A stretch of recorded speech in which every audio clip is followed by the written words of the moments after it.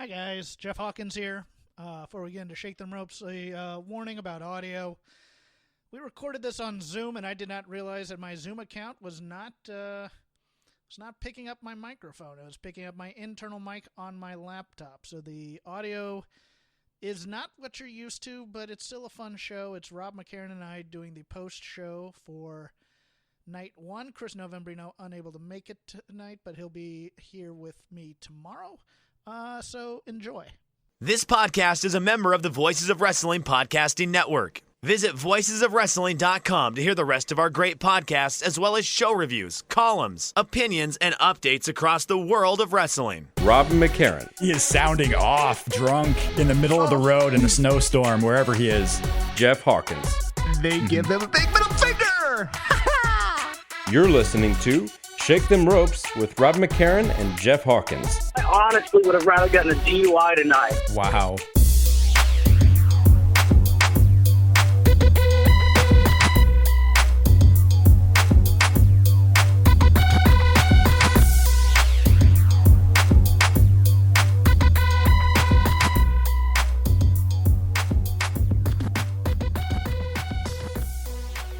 Shake Them Ropes, post-WrestleMania Night 1 edition. Jeff Hawkins, Rob McCarron here. Chris Novembrino unable to join us tonight because he had some things to do for an hour or so, so we decided he'll be here tomorrow. But I will give his opinions because he was tweeting them to me throughout the night. Rob, overall, yeah. So this is Shake Them Ropes, the edition where Jeff Hawkins reads tweets.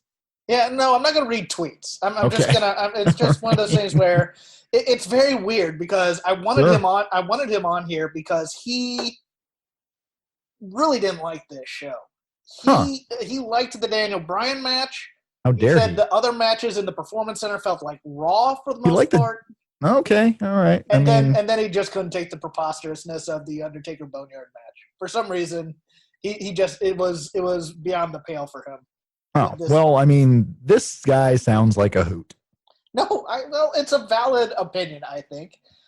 There are no valid opinions unless it's my opinion. Thank you.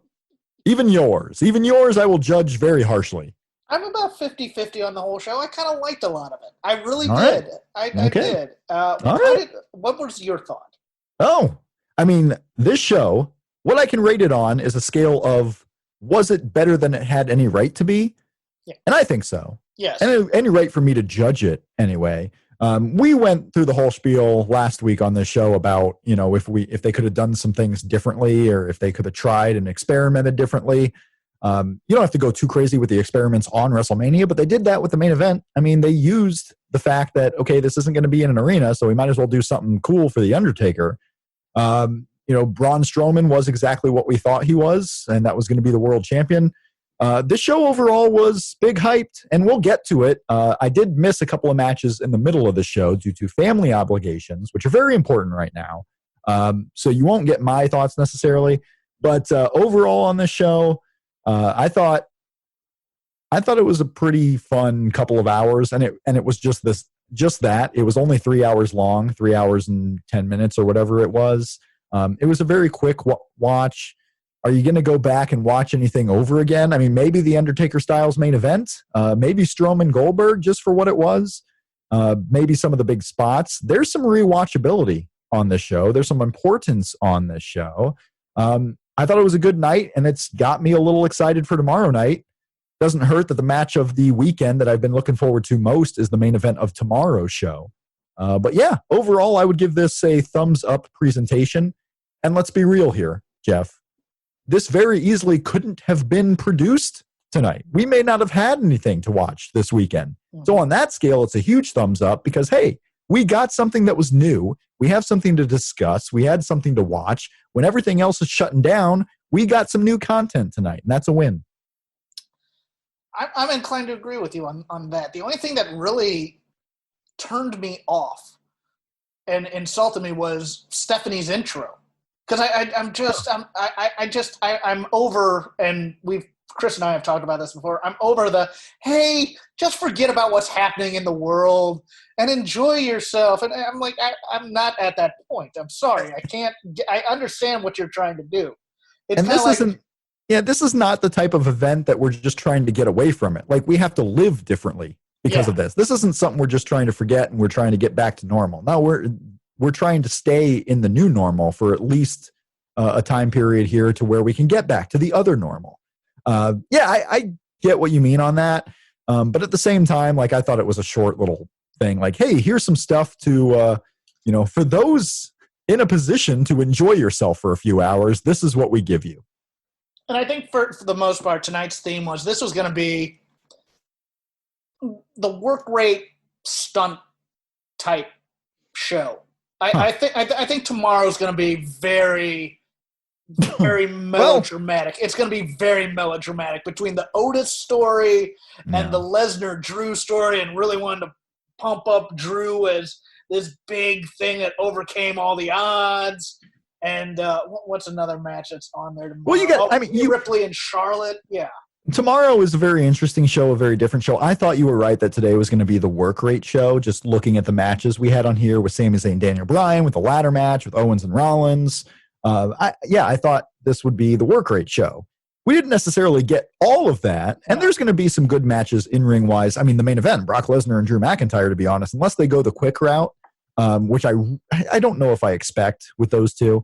I do want to see two meaty men bump and meet. Like, that's what I want to see tomorrow. Like, Big E has the right idea.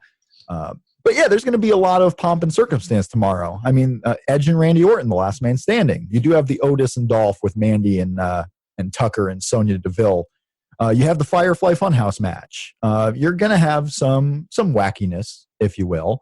But about night one, I mean, yeah. And they delivered quite a few different things. They delivered the movie spectacle of Undertaker AJ Styles. They delivered the in-ring action of what I assume was the triple threat match. And even Becky Lynch Shayna, while quicker than I thought. And, if they were in front of people, maybe this match gets a little bit more time. But on the other hand, it is Shayna Baszler. And I don't know how great she is in the longest matches. Even her NXT title run, she was having quicker matches. She was getting rid of Ember Moon quickly. She was getting rid of Io Shirai quickly. I like the presentation. We'll get into each match and what we liked about it. But overall, I would say this was a win. And the fact that we even got Stephanie McMahon on screen, to me, that's a win. I don't care what she said. She was on TV doing stuff. Because with no Triple H on the show, I didn't know if we would see Stephanie. I didn't know if we would see any McMahons. She was the McMahon we saw. And you know what? If I'm going to see one of them, that's the one. Yeah, this exceeded my expectations. I'll be honest with you. I had very low expectations. At the same time, I won't go so far as with the Stephanie thing. Some people were just out there to be mad tonight. Like, I was responding to people who, even before the show started, even before, like an hour before when they haven't announced the full card. And let's be real, this card had to change so much that, what are you expecting? Like, there were people who were arguing that I can't believe they didn't release a card. Like, they're insulting your intelligence by not releasing a card for each night. And like, if you buy one night, you're getting the other night. Like, you're not paying for these separately. If you have the network, unless your network ended, your subscription ended tonight, you didn't get night two. Like, you're getting both of these nights. I don't care what match is on what night. If you really want to only see one, you can wait until the show's over, go hand pick your one match that you wanted to see. But otherwise, this is not a big deal that WWE didn't advertise the matches. And then right after that little kerfuffle, they announced the matches anyway. They told you which match was happening on which night. So there were people going into the show who just wanted to be mad.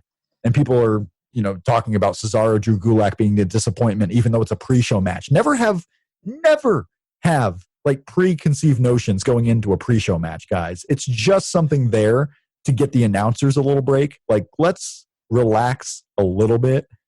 I think some people wanted to go into the show just wanting to be mad about it. And if you were going in that way thinking, okay, I'm just going to hate whatever's on here, this is stupid, why are they even having this show? Like, don't watch it. Just go home. Stay home, because you're probably already at home. Just relax. Read a book. It's not for you. You got co-opted, didn't you? No, it was just like, I mean, if I was mad at anything on this show, like, I didn't have to watch it.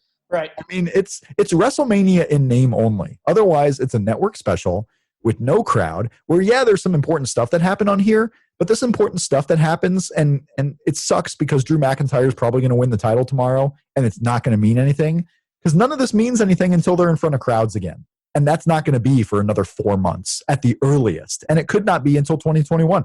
The next pay-per-view with crowd reactions, with people in the audience, might be the Royal Rumble. God forbid it might be TLC. Hashtag save TLC. But it's going to be a while. And none of this matters until they're in front of crowds again. It doesn't. It's just content to watch to get you through a couple of summer months where you're going to be bored, where only bad news is out there. It's just content. You can't be mad about it.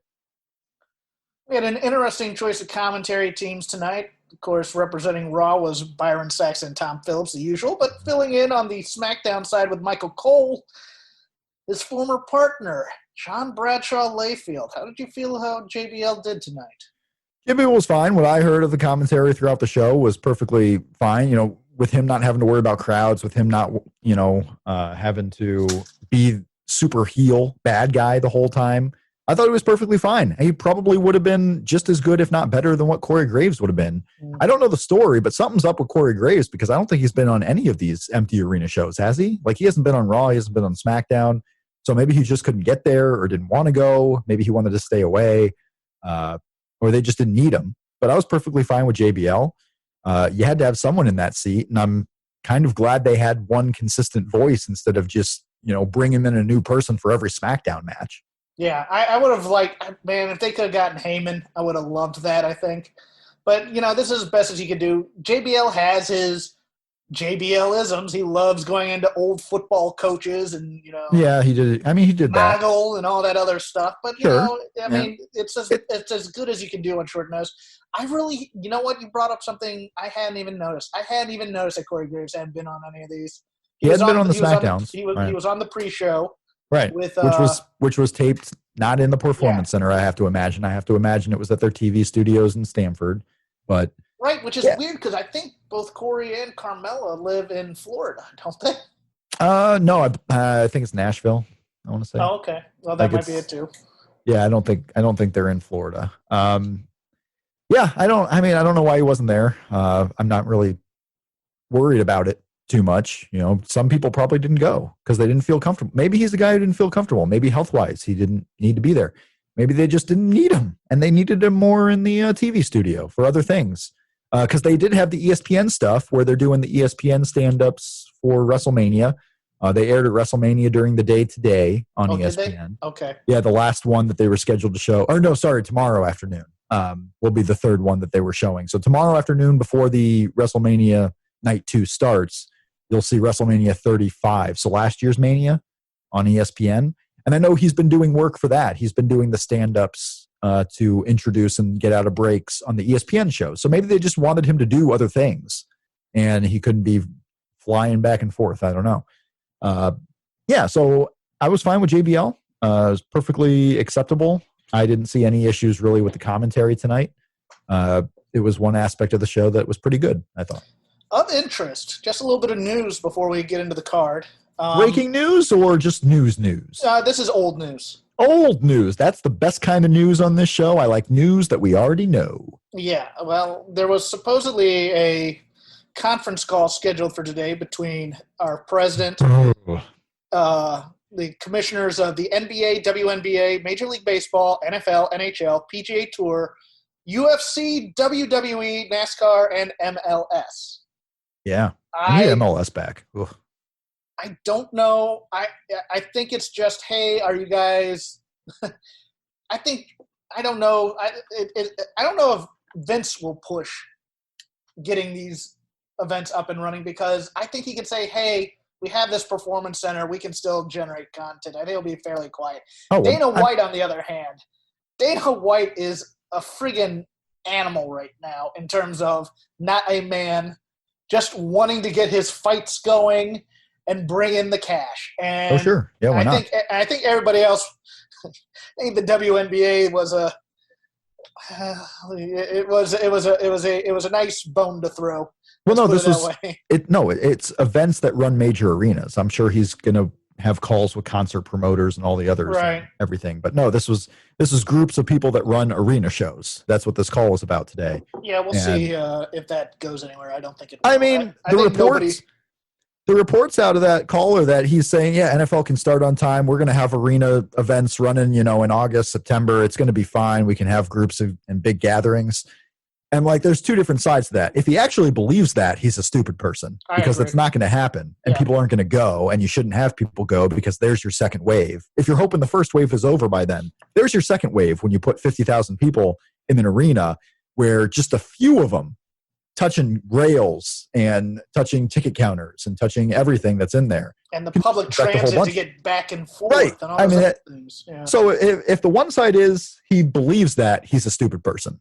The other side of that is if he doesn't believe it, but he's saying that to these arena owners, he's a stupid person. Oh, I don't think he's leading this call. I think he's going, what do you think the feasibility is, and what can you do if you can't fill the arenas? I don't think he's going to be pushing them to fill the arenas. I think he's just kind of laying back. I don't think he's pushing anyone. I think he's saying we're going to be fine for you to do that.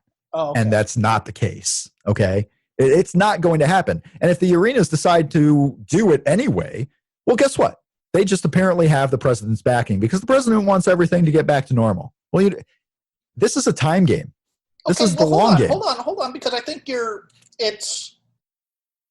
if it was just the arenas, why not the arena owners? Why the commissioners of the leagues? Because the commissioners of the leagues are the ones renting these arenas and leasing these arenas and owning, in some cases, the arenas. Can't run arena shows at this point. Of course, the arena owners and the cities will want, in some cases, money coming in and large attendance. It's not going to happen. And all the localities, I mean, you have the governor of California saying, yeah, that timeline isn't feasible. You're going to have city mayors of cities that run these arenas saying, no, we're not going to have these gatherings. And it's going to go on for a while. And, I don't want to be downer guy here, but it's just not going to go on for a while. Even those who say, oh, I'm going to be fine, or maybe I've had it, or maybe, this doesn't kill people like me. I'm healthy and I'm 35 years old or whatever the case may be. It's not about those people. Like, you can't just say, oh, let the healthy people go into this arena. They might contract it. They might get this and spread it to other people outside of the arena who are more susceptible. And we can't be putting those people in danger, even though they weren't even at these events. And you can't be getting the athletes sick because then you don't have a league at all. If leagues start up, if the NFL plays games this year, it's not going to be with people in the stands. And to go out in these calls and say we're going to be fine to have people in the stands is just dumb. And it doesn't show that you either respect the timeline or respect what's happening right now, or you're just naive to it all. Or you're a little too optimistic. Yeah. Or you're a stupid person. So let's go into this card, shall we? Sure. There was no good transition for that. I almost called you Chris. Rob, there's no good transition for that. Sometimes the truth hurts, son. Yeah. Cesaro and Drew Gulak. This was a singles match. The winner of this match gets Daniel Bryan's affection. Drew Gulak, not a winner of Daniel Bryan's affection. Cesaro, however, wins with the old UFO. Jeff, Cesaro, Drew Gulak. I liked it. Pre-show matches. It's my joke, of course, is Drew Gulak is used to wrestling in front of this many people, because every time like when we went to the Rumble, he was on the pre-show then. Don't say because. Oh, that pre-show at the Rumble. Was he the Rumble we went to? Yeah, he was on the pre-show. He was in that 6-man. Oh my God! Oh, that's right. Live, yeah. I forgot that even existed. Because they were dragging their heels on letting people in, but they were wrestling when we got there. That's right. Yeah, that's true. I don't even remember that match, but yeah, they started when we got there. I was still scoping out awkwardly the entire suite we were in that night. So I was like, what's going on here? What's the vibe? Where can I sit? Who are all these people? All the people staring at us, wondering who the hell we were. Bougie Jeff springing for the suite. We got a suite for Royal Rumble in Philadelphia, if I remember correctly. Yes. The night that Shinsuke Nakamura won. The night that Ronda Rousey debuted. What a show. What a weekend. The night we were next to the only fan of Natty I have ever met. That's right. Yep. That was also the last 2-day period that I've ever spent away from my wife. She will never let me go anywhere anymore, which is fine. I'm not trying to throw this on her. That's perfectly fine. I think you are. I think you need a divorce now. I think that's what's going on. She tells me all the time, stop leaving me. Don't leave me. And that's the only time since we've been together that I've left her, and she's left me like 10 times. It's doesn't sound like an even relationship, Rob. But that one time, she'll go hobnobbing in Alaska and Maine and just go to all these beautiful sites where I don't go. You go running around with your floozies out there, Rob? Oh, I don't even know. Yeah, you don't leave me again. I'm like, what? I'm just going to Dollar General here. This is turning into therapy all of a sudden. Oh, I love it. I love it. You should be so lucky to find someone who doesn't want you to leave them. That's what I say. So the pre-show tomorrow. Drew Gulak, Cesaro. The winner of this match gets Daniel Bryan's affection. Jeff, Cesaro wins with the old UFO. What'd you think about it? I enjoyed the match. It'll be much better than the pre-show match tomorrow, which is Liv Morgan and Natty. It was short. It was to the point. It was kind of you can't really give Drew Gulak the happy. Well, I guess you could have. You could have given him the win here, but I tell you what. I'm telling you what. Drew Gulak has had more of a run than he had any right to. Drew Gulak had the big match with Daniel Bryan on pay-per-view. He's done a really good job. He's been in the company now for 3 or 4 years. Yeah. The right man won in this match. I mean, Cesaro still has hope to do something bigger down the line. I know he's been there for a while as well. But quick little 4-minute pre-show match for the FS1 crowd to say, hey, if you want more wrestling action, if you want new content, subscribe free to the network for the next 30 days. And guess what? You get this WrestleMania. You get tomorrow night's WrestleMania. You're going to get more. It was whatever a pre-show match had to be. Stop being disappointed by pre-show matches, people. No, and you remember, I mean, when I was still going to PWG back in the first couple years of the show. Oh, yeah, I remember it fondly. I know you don't because you didn't even remember the Rumble, but I'm What's just saying PWG? this. Yeah, okay. But I used to drag Gulak because I found the whole grappling thing boring. He didn't show any personality in it. He was always in matches with like Tim Thatcher. I'm just like, whatever. Which ant was he? He was Soldier Ant, correct? I think so. I don't know Soldier. Okay, he was one of the ants back when all the ants were skinnier. Cassidy was skinnier. Tracy Williams was skinnier. They were all skinnier. They've grown up since then, and all went their separate ways. That's all we have to really say about Cesaro Drew Gulak. Your opening match in the show, Jeff, was one of probably the top 5 matches I was looking forward to most.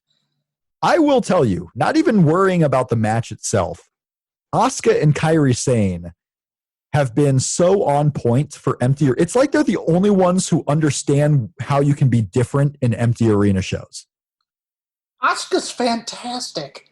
Kyrie was great too. They're so good. No, I'll get to Kyrie in a second because there's a point to this. Always playing second fiddle, that Kyrie's saying. I know. Asuka has always been dance like no one is watching, and she's like that all the time. I was worried because if you watched this match, when Kyrie came out, she just looked like she wasn't into this at all.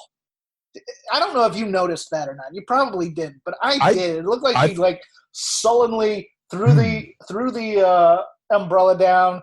She kind of did a half-assed, the thing that she does with the cape and everything. I was like, oh, she is not into this. And then she got into the ring, and she was magic. And she was dancing. Absolute magic. She was great. She was fantastic. She was still doing her playing around. Like, Asuka's rubbed off on her, even though she was a little bit this way anyway. Mm-hmm. Asuka and Kairi Sane were performing, and they were performing for themselves. They were performing for the audience. Alexa Bliss was great. It was Nikki Cross was excellent too. Nikki Cross was like ultra excited because she's like, "This is my WrestleMania. I'm finally having WrestleMania here." And to hell if there's no crowd here. This is WrestleMania. I'm going to treat it like WrestleMania. I thought this match overperformed too. I thought this was, especially the Doomsday device that the Kabuki Warriors did. I was like, that is friggin' awesome. That's great. Modified Doomsday. Okay, fine. Yeah, anything's a modified Doomsday device, right? I mean, if it's modified, it can be modified from anything. Any double team move is a modified. Oh, sure, yeah. Modified anything. But yeah, this match was the 4th longest on the show. It went 15 minutes. When I saw this, I'm like, man, they're going to give every match. It's going to be like a freaking AEW TV taping where it doesn't matter what match it is. It's going to be all of them, 15 to 20 minutes. And the first three of this were absolutely ridiculous. With Kyrie and Alexa and Asuka just all screaming and mocking each other. I loved it. Right? I loved the stupidity of it. It was great. No, I like this very, very much. I thought it was fantastic. You have new champions. We have new champions in Alexa Bliss and Nikki Cross. So we'll see what happens with TV because there's going to be a lot of empty arena wrestling here and possibly no wrestling at all in a couple of weeks. But Alexa Bliss, Nikki Cross, your new tag team champions, and Asuka and Kairi Sane will now, I don't know. We'll have to see. Hopefully they're going to keep getting time on these empty arena shows because they have been a highlight of them. And I don't know. I don't know what the future holds. I don't know if this is going to be a program. I don't know if they're going to bring back the Iconics finally to put them on TV. I don't know if they're going to bring in Nia again to team with Tamina. I mean, they're if they decide to keep Bayley and Sasha together and just take the belt off of either of them and give it to like Lacey Evans, they can put Bayley and Sasha in a program with Alexa and Nikki, and that'd be fine too. Sure. I mean, you have options here, and plus the belts can go from show to show. You can always put Alexa and Nikki on Raw again and have them fight those women if you're tired of seeing them fight these women. So it is one way too. If you're going to tape TV, if you're going to continue to tape weeks ahead, having these tag team champions on Alexa Bliss, Nikki Cross, just like Asuka and Kairi Sane, she can be on any show. You can have, a segment of Raw, a segment of SmackDown feature the same people, so you don't have to keep bringing more and more people in. So there's some positives there.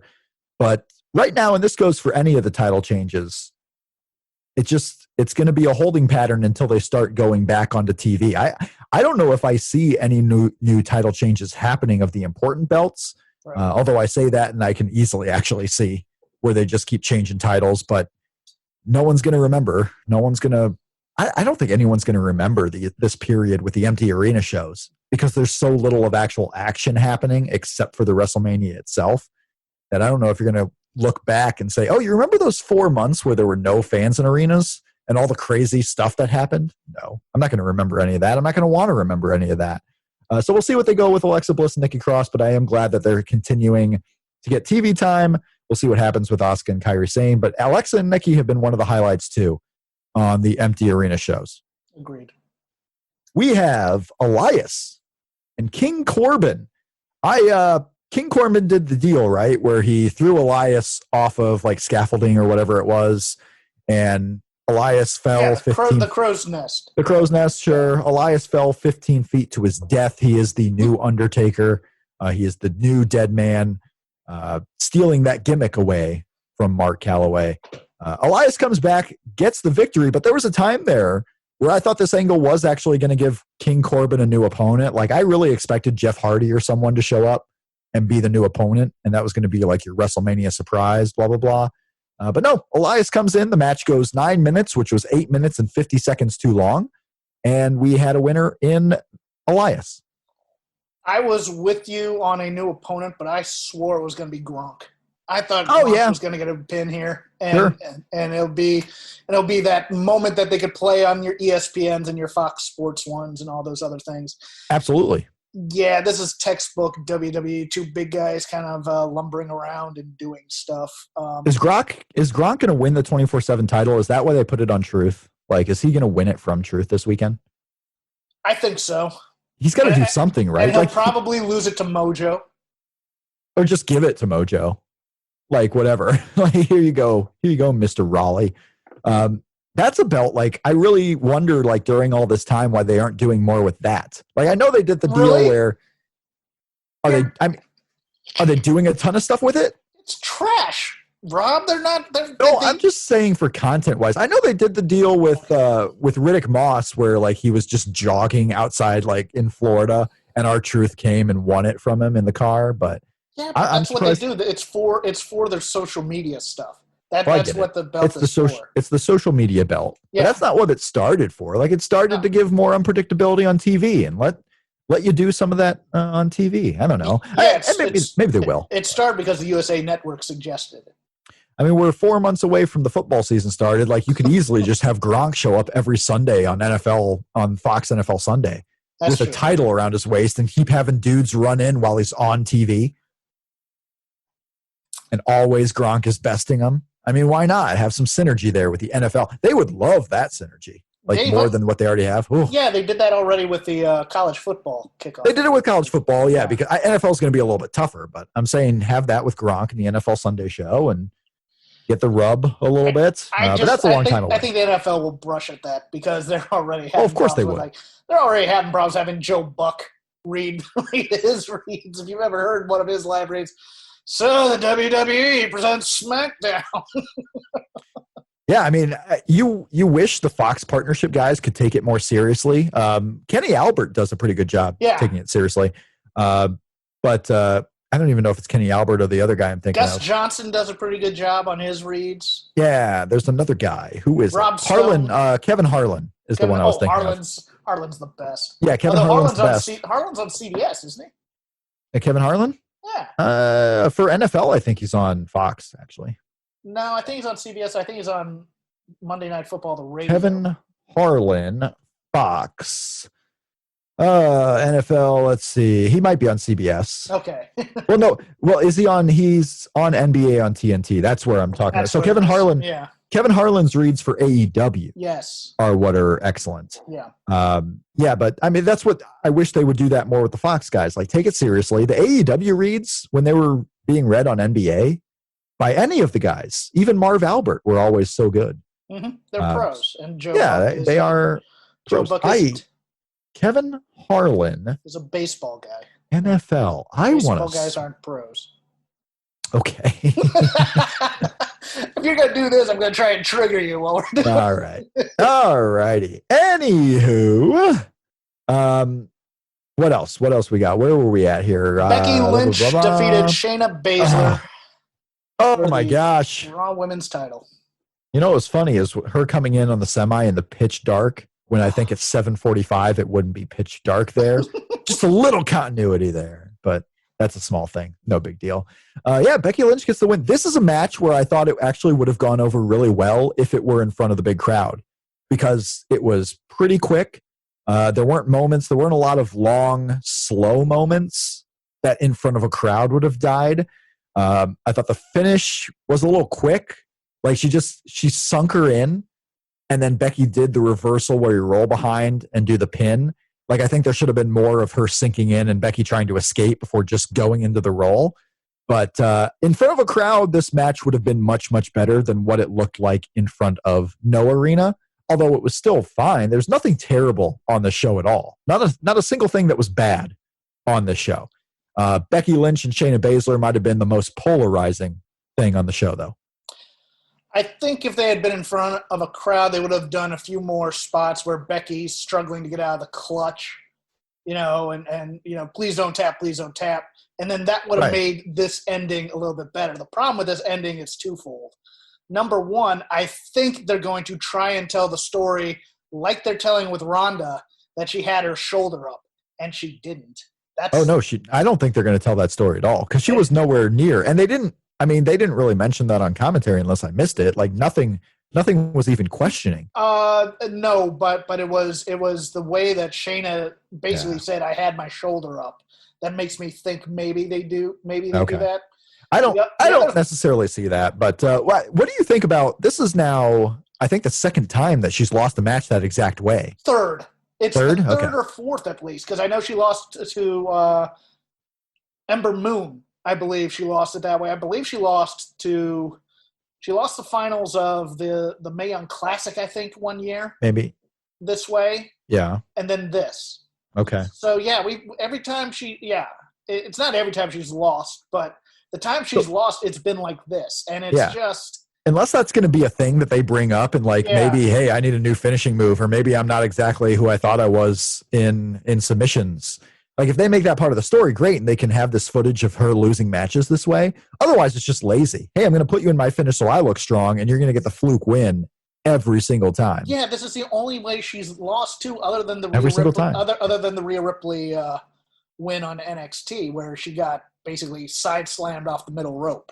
Right. Make it a little bit different. Just a little bit different. Yeah. Because I think they're afraid of making her look weak by having her take a finisher. And I'm just, okay, I don't get that. But do you think they've lost faith in her? Shayna? Yeah. I don't think they have yet, but I could easily see them losing faith in her. I think if they had faith in her, she would have won this match because it was time to get the belt off of Becky, in my opinion. I don't think they have much faith in her wrestling for some reason. Okay. Like, because I consistently, under 10-minute matches on NXT TV. She doesn't wrestle a lot. I don't know if they like her in the ring, which is a little surprising. I think because it's I don't. Yeah, I don't think she's terrible. Oh, her on Raw is a strange fit. Yeah. Like, it just is a strange fit. She's different. She's unique, but she's no Ronda Rousey. Ronda Rousey you can get away with, not even look-wise, just demeanor and talking on the mic and all that. I think Shayna's perfectly good. I think she can do fine on Raw or SmackDown, but I just wonder if, like, the NXT world is what's best for her in WWE. It may be. I kind of agree. I kind of agree. Yep. Or even putting her in the SmackDown universe wouldn't be the worst thing. The problem is you have Sonya Deville in there, who's already got the MMA gimmick, and you have a lot of. Oh, I don't even know if she's got the MMA gimmick. She just punches. She just does air punches. You have a lot of the MMA gimmick. The lower tier of the women in SmackDown, which is kind of. I'm gonna be generous here, and I won't name names, but. Yeah, I think, but see, in NXT, she seems like such a big fish in a small pond. It's very odd.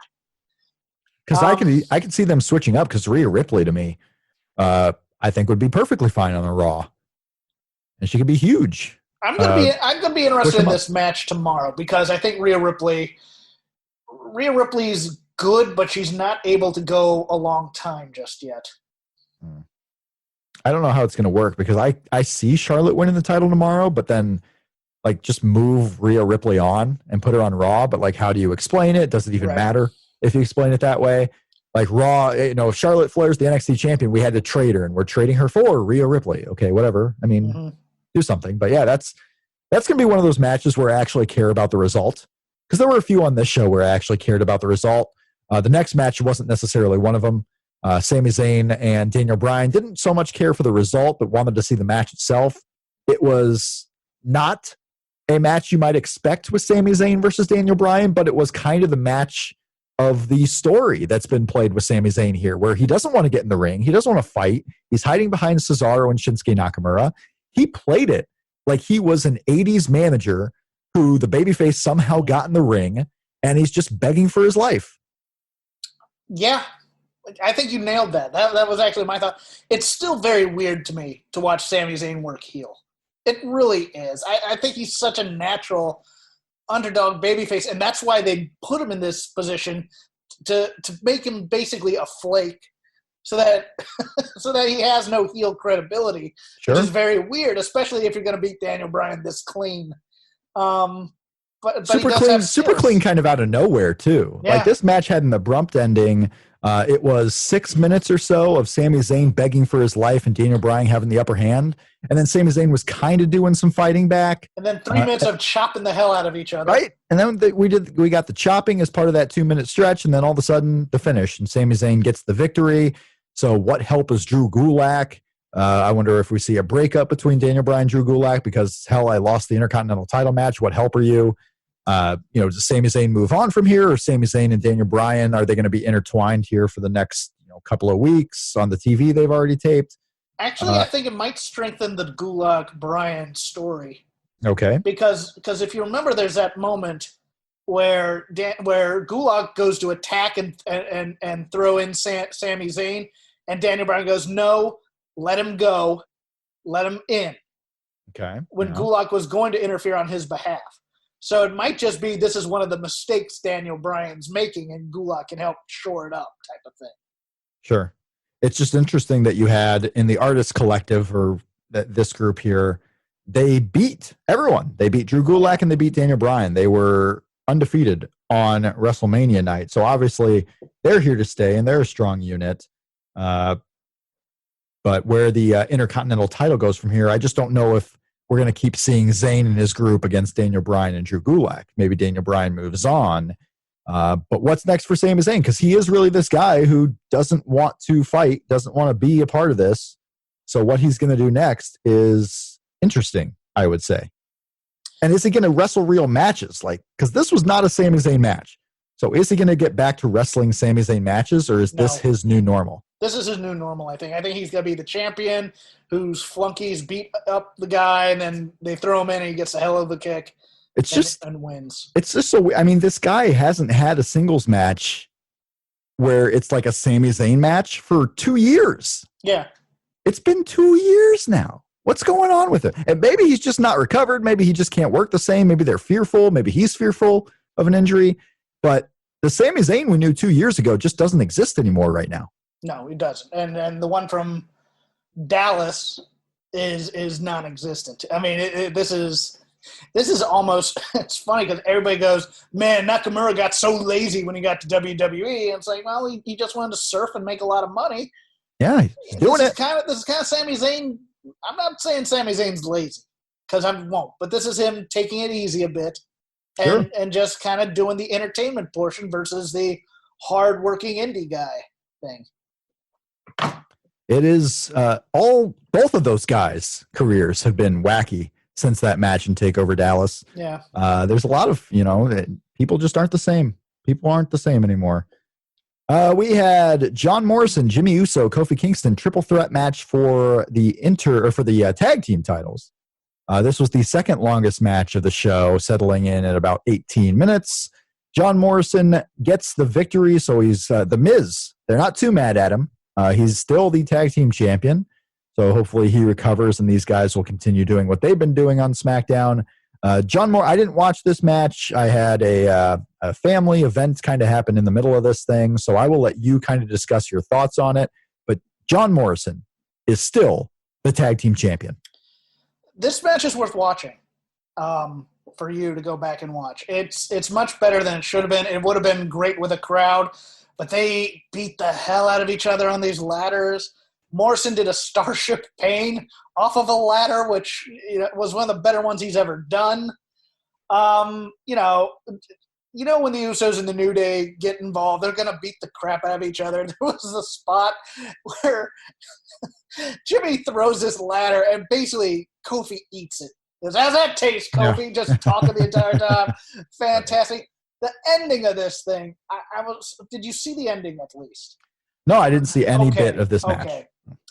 Because the ending was a little – you know how in ladder matches we've now had to get a little bit too cute by half in terms of guys slowing down, climbing so that other people can get up there and doing set pieces and other things like that.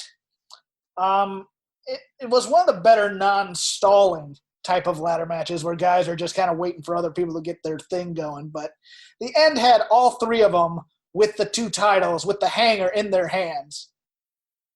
Morrison ends up falling onto a ladder that's been bridged there. And the title belts have fallen down onto the ground, one of which had kind of caught on one of the ladder rungs. And so as Morrison slinks down to the mat, he grabs a title and he wins. And it was like, okay. But the whole point was all three of them had removed the two belts. So, they always try and change the rules of the ladder match as to, okay, do you have the possession of it or do you come down on the ground with the belt and that means you win? It's just one of those things where they get cute with the rules, but overall the match was entertaining as hell. And remember, Morrison, they kept going, hasn't been in the WWE in 10 years. He's past 40. And he's doing this stuff. And, man, these guys are going to need a chiropractor tomorrow. I'll put it that way. And to do it in front of nobody, to do it just in front of the people watching on TV, and all three of these guys combined may have made less in this night than Gronk for hosting the show. Yeah. Kevin Owens, Seth Rollins, no disqualification match for just the grudge of it all. Kevin Owens gets the victory. What I saw of this one was the stage dive, an incredible moment. I don't believe I saw really any crazy edits or cuts on this one, so we just got it straight up. And no crash pad. No crash pad this time either, yeah. Perfect. Kevin Owens for the win. So Kevin Owens voluntarily makes the fall that killed Elias. So hooray for Kevin Owens. He's very, very brave. Because I saw the last 20 seconds of the match, Jeff, fill in the blanks in the first 17 minutes. Okay. Basic match between Seth and Kevin Owens. Kevin Owens having the upper hand. Seth Rollins kind of playing the Weasley heel until they finally get out to the outside where Seth Rollins hits Kevin Owens with the ring bell, causing the disqualification. Bell rings. Seth is on his way up. KO gets on the mic and, basically calls him a coward and let's make this a no DQ match. Okay. They get back there. Owens eventually gets Rollins to the outside, hits him with the ring bell twice, lays him on the table, goes up to the sign, and dies for our sins. The real Messiah, Kevin Owens. Yep. Kevin Owens getting the big victory. And then I would imagine another match between them on Raw at some point. Why not? Let's keep going. I don't see this one ending with that for some reason. I think they're going to keep going. Because what else are you going to do? I think eventually you're going to have to get Murphy and the AOP involved in this whole thing and have... Sure, yeah. I don't know how Rollins is doing. Rollins seemed pretty hurt after that. Yeah, and maybe we don't see him for a while. Maybe I would expect, some of these guys you just don't need to bring back. I mean, this night had 9 matches. Tomorrow night has 9 matches. There's a lot of guys on these shows. We may not see many of these people here for the next few weeks. Mm-hmm. Like, you don't need them all either. You don't need this many people on TV doing stuff, especially not matches. We go to Braun Strowman Goldberg. Braun Strowman was indeed the replacement for Roman Reigns. This is a singles match for the Universal Championship. Goldberg coming in still had security because, you just got to be careful around WWE employees. I mean, still a little bit of security there. So low rent, though, compared to his other stuff. Oh, sure. But I want to get your thoughts, Jeff, on the SmackDown announcement. Didn't really go into why Roman Reigns wasn't on the show, and that's perfectly fine. Didn't really try to make any excuse for why Roman Reigns wasn't on the show. Didn't even mention Roman Reigns. Wasn't even really an announcement, was it? It was just, here's the match. It was Michael Cole running down the card for WrestleMania, and when it came down to the title match, Goldberg and now Braun Strowman with no explanation of what you had seen on TV the last few weeks. So they're just assuming, like everyone else, that no one cared or watches the rest of the television. But Braun Strowman, Goldberg, singles match for the title. This was finisher, and then finisher. 1, 2, 3. Jeff Hawkins, we have a new World Heavyweight Universal Champion. Yeah. I was going to go back to what we were talking about with this Goldberg thing, with the announcement. I think Vince just didn't want to, number one, bring up the current unpleasantness as, or what was this, the euphemism, I can't remember what the current circumstances. Current circumstances. But also, if it is health-related, I mean, I understand not wanting to bring up health-related aspects. Like, if Roman Reigns is choosing because of, past battles. It's a HIPAA thing. You can't violate that. I'm just like, Roman Reigns, not on the show. This is your match. Like, let's just get straightforward to the point. I didn't really need an explanation. Like, if you want an explanation, you can find it. Google Roman Reigns off WrestleMania. You'll find it. They didn't have to go into too much detail. So it would have been nice though, just say, hey, he's going to be unable to perform. But you can say the words Roman Reigns, right? Because you did spend 3 weeks of television building up to Roman Reigns Goldberg. This was your main event of WrestleMania. I mean, Goldberg Roman Reigns was one of the top 2 matches on your show. You don't have to say, due to cancer and the fact that he has a lowered immune system, he's not going to be here. But overall, it's fine. Yeah. So we got Braun. He won the finisher battle, and he's your new Universal Champion, which we expected. We went on episode 397 of this. We expected fully that Braun Strowman would win. I mean, it's kind of the end of the line of Goldberg. I mean, at this point, you never know if he's going to wrestle again because those Saudi Arabia shows are still going to pop up and guys come back for that. But on a regular show, I wouldn't expect to see him wrestle in the United States again. Unless he really wants that one final send-off in front of a crowd. If he wants the WrestleMania moment next year in front of people, I could see that happening. But otherwise, this was kind of the send-off for Goldberg. Braun Strowman gets the big win. He's your Universal Champion. And now you can do Braun and Roman once you start getting back into a little normality. The question here becomes, does Braun Strowman go heel or is he a babyface champion? I think they just do it as, the 2 biggest dogs in the yard. Going at, I don't think they want to turn Braun because, get these hands, moves merch. And people like him. Okay. So, well, what about this? Do you risk turning Roman Reigns heel? Like just going all out with that? No. Because if Roman Reigns came back though, let's be real, at the risk of fantasy booking, How cool would it be if Roman Reigns came back, like as a surprise at some point down the line, attacks Braun Strowman, does something with Braun Strowman, he gets out, and he's the one to give the line, "I'm not finished with you yet." Oh, so I think good. they could still do that without him being a heel, because I think it's too soon to turn him heel after the leukemia thing. I really do. I just did it in my head. I have the next 3 months of Braun and Roman just playing out in my head right now. I am such a fan of WWE right now in my head. So, WWE really knows how to book in my head, I tell you that. So 3 more months of shows from you, huh? Randy Orton's getting an hour-long last man standing match tomorrow. That's how booking in my head works. And Randy Orton's winning.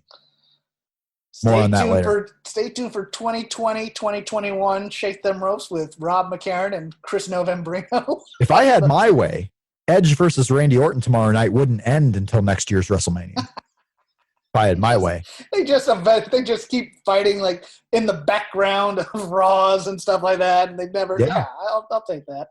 I will say Goldberg's two. So Goldberg has wrestled at WrestleMania 3 times now, right? Yes. He's done Brock Lesnar twice, and he's done Braun Strowman. His Brock Lesnar match number 2 and his Braun Strowman match went maybe a combined 5 or 6 minutes. So much shorter than his match with Brock Lesnar.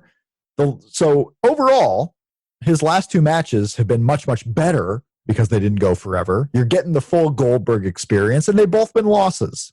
A loss to Brock, a loss to Braun. So hooray for Goldberg. Coming out here doing his quick matches, getting the most out of him, and putting the other guy over. Goldberg's run the last couple of WrestleManias has been exactly what you would want. An old-timer coming back who had some crowd reputation and some stock in him. This is what you would want from a guy coming back. He's done it the right way. This match, I thought, was everything it should have been, and it delivered. I had no issue with it. I thought, the spears are looking a little weaker. I don't think he has as much oomph in him, but he shouldn't at his age. Well, he's half the size too. I mean, I watched. What did I watch the other day? His Hogan match on Nitro, where he won the title, and some of his early matches on Nitro.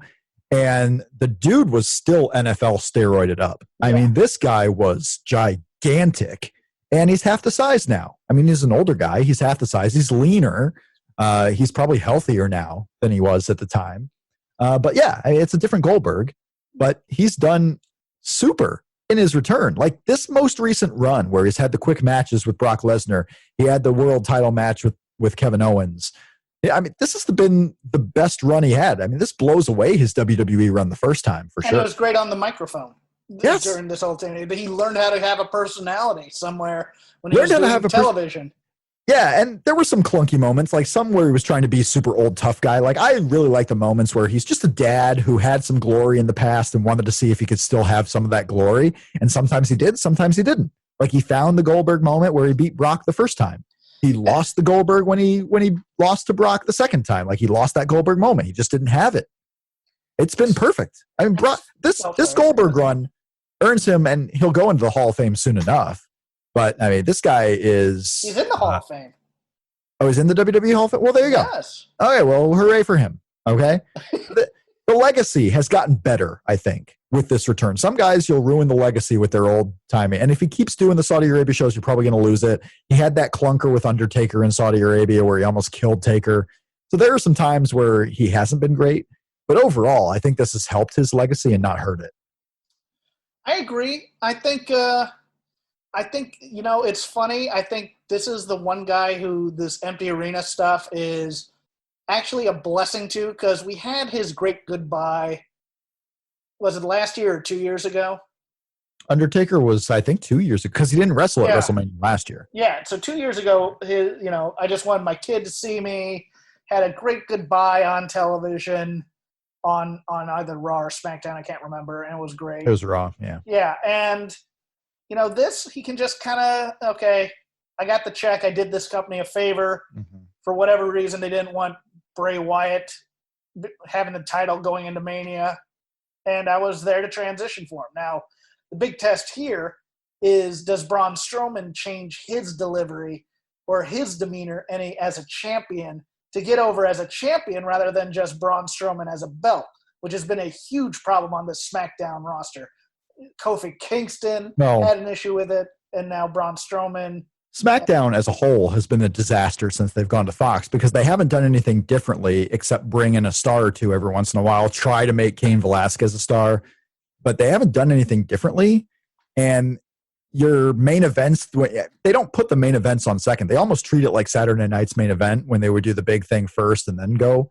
Like their main events are usually nothing to stay tuned for. Mm-hmm. So it's all been a disaster. But if Braun Strowman's going to come out and be monster, good guy babyface, and then you get monster good guy babyface Roman Reigns back, and you actually have a battle on who can win.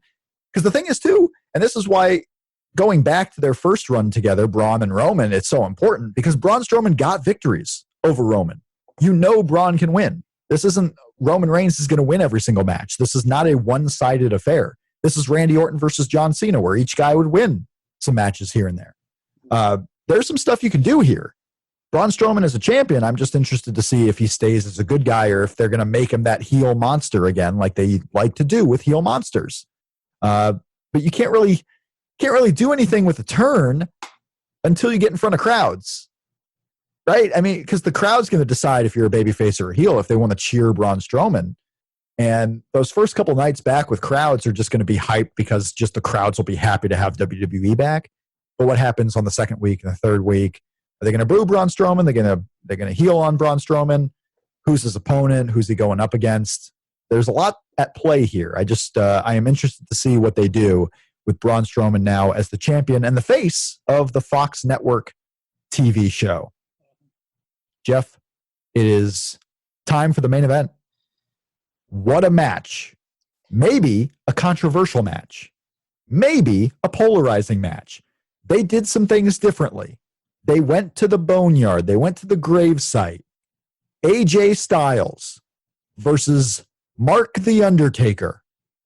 This, sir, was amazing in so many ways. Before we get into all those ways, your initial thoughts. Main event time. They did not hold this in the arena, nor the empty arena. This was on location. All that talk about on location and closed sets. This is what they were talking about on this night anyway. Undertaker coming out kind of like Biker Taker against Alan Jones Styles. What do you got? I had been calling for them to do more theatrical productions, even though I know that I don't like a lot of Vince's tendencies on these things. I really was into this, at least for the first 7/8, maybe 3/4. There's a moment in this match where I just went, all right, too preposterous for me, which is weird. Come on. Yes. Come on. Yes. But overall, this was as good as it could have been. This was awesome. I liked Taker in this a lot. I liked hearing. Oh yeah. I loved hearing the conversation between these two. So this was an action movie fight scene. I liked that. To paint you the picture, AJ Styles is in the boneyard. Undertaker shows up on the motorcycle. He's got the bandana on. He's got the vest. Should have had Limp Bizkit. Come on, I mean, man. he's a mix between Biker Taker and just old man Mark, like guy who's still in the motorcycle club, doesn't probably go to all the events, just a legend around the group, and sometimes he'll show up to beat one of the young kids. Like that's what Undertaker was tonight. And AJ Styles was initially scared. Like he really had to get the upper hand before he started doing anything. There were caskets, there were hearses, there were druids, there was the OC who got involved, there was a barn, there was eventually we got to the already dug grave for one of these two, the conveniently placed tractor that would eventually lower dirt on the lost soul. But overall, it was 30 minutes of AJ Styles and Undertaker talking trash to each other while they punched each other and hit things on them. And then eventually Undertaker just got the upper hand. There's not much more you can say about it. It's a 30-minute battle that Undertaker eventually gets the upper hand on, pulls out some magic with the druids, taking care of the OC. It was just a fight. It was fun. Like the whole time I'm watching it, I'm not waiting for it to end. I'm looking to see what they do next. I'm loving that Undertaker is doing his trash talk in his normal voice. Like he's not trying to do the deep Undertaker voice. He's not trying to do that. Like he's doing Mark's voice. He's calling AJ Allen, calling him boy. I'm gonna get you what you keep saying to me, boy. Like AJ would do something under his breath, and like, what's that? Like, tell me more. What are you sorry for? What are you sorry for, boy? I loved it. I loved every minute of this. Haven't got to the ending yet, but I loved every 30 minutes of this. I absolutely loved AJ Styles' entrance. I howled at him coming out of there.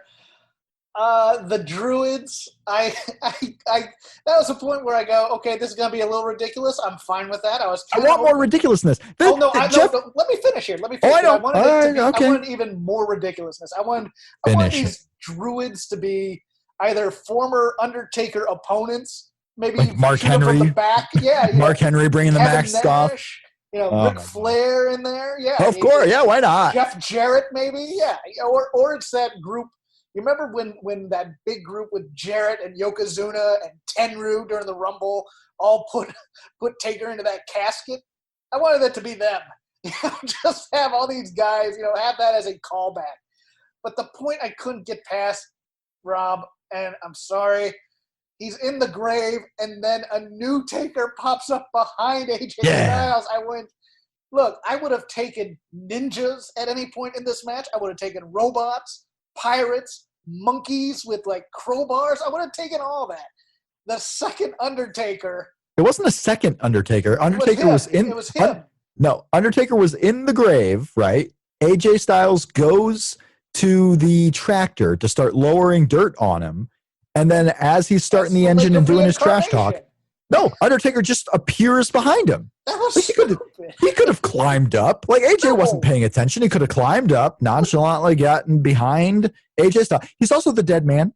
He's magic. Things happen. He's done. It was a supernatural resurrection. He's done more supernatural stuff in the past before. Because if you notice, it's Taker be Takerin. He's not the biker when he's up there. He's the dead man. He's changed the gimmick. Nah, he's the same Taker. I think you were fooled by the lighting.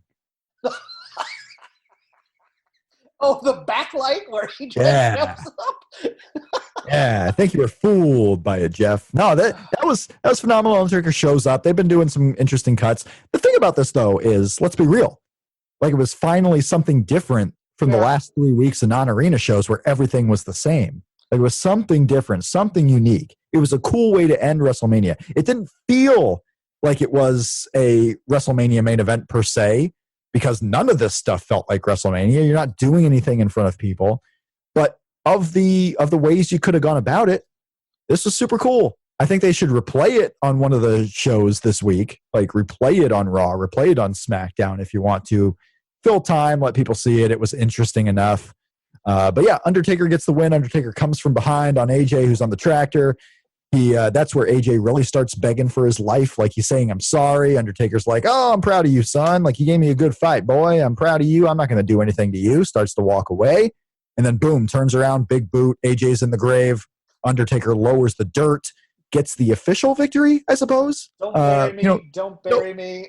Yeah, don't. Oh, yeah, AJ just nonstop saying as he's in the grasp of Undertaker, just don't bury me. Don't bury me. Don't bury me. And Vince with his classic anti-hero guy who was just, I'm just going to take the kill shot anyway. Don't bury me. Don't bury me. Mr. Taker, don't bury me. Don't bury me. Undertaker buries him. And then one of our final shots before we see Undertaker ride off into the sunset, you have AJ Styles buried with his hand sticking out, his lone hand sticking out. And no OC to be found. They've been vanquished. Undertaker drives off in his bike, and we get a fade to black. The Undertaker victorious. Braun Strowman victorious as the new champion, new tag team champions, same Intercontinental champion. Sami Zayn was right. He cut a promo before his match saying that he would do what few men have done. And he may be the only one who's ever done this. Walk in as the Intercontinental champion and walk out as the Intercontinental champion at WrestleMania. I don't know if that's been done before. But yeah, there's a lot of interesting stuff on this show. The main event was certainly a spectacle. Give it up to at Michael Ryan Ruiz on Twitter. Oh, the producer of Levitard. Yes, when AJ Styles gets out of that grave, the hair flip is going to be epic. And that is for sure. And that was WrestleMania Night 1. Jeff, blew away my expectations. I'm really excited now for WrestleMania Night 2 because I want to see that Brock Lesnar-Drew match. I got a chance today to see the WWE Chronicle episode with Drew McIntyre, chronicling his last 2 months, all the way leading up to April 1st. Like, that's the final shot of his little Chronicle episode, is just getting over the disappointment of not having this moment in front of the crowd, just a couple of days ago. The Chronicle episode was really good. There's some interesting tidbits in there. There are a couple of scenes that are just the same thing. Drew McIntyre says the same thing over and over. But overall, my wife even watched it with me. She was interested in seeing it. Also, my wife watched the open of WrestleMania tonight. What turned out to be, them on the ship and all the pirate garb and all this stuff. And then they kind of cut into a little comedy into it. Yeah, with the British guy. That wasn't bad. She was intrigued by it. Like, it was different enough to where she was really intrigued by it. And she actually watched the entire open and then, quickly lost interest after that. But WrestleMania was cool. Go watch the Drew McIntyre Chronicle episode. Really kind of still am bummed for him not getting his big moment in front of people. But I really want to see that match because I think Brock Lesnar and Drew McIntyre, one day I actually do hope to see that match in front of people because I just think it's going to be epic. Those two can put on a hell of a show. I'm excited for it tomorrow. If it goes 2 minutes with Drew just getting a very quick, clean win, so be it. I think it'll be exciting that way too. But I'm hoping for a really classic match between the two, as much as you can have a classic match with no people watching. That is WrestleMania tomorrow night. Jeff, this was really fun. Any last thoughts on WrestleMania Night 1? Vince McMahon said in Beyond the Mat, people think we do wrestling. We don't. We make movies. He got his chance to make movies for this WrestleMania, and I thought he did a pretty good job on the Undertaker match. Had a couple of really nicely paced work rate type things for people like us. Yeah. I think it's going to be interesting. And if you want to come by tomorrow night after the show and do this again, you're more than welcome to do it. What are you, crazy?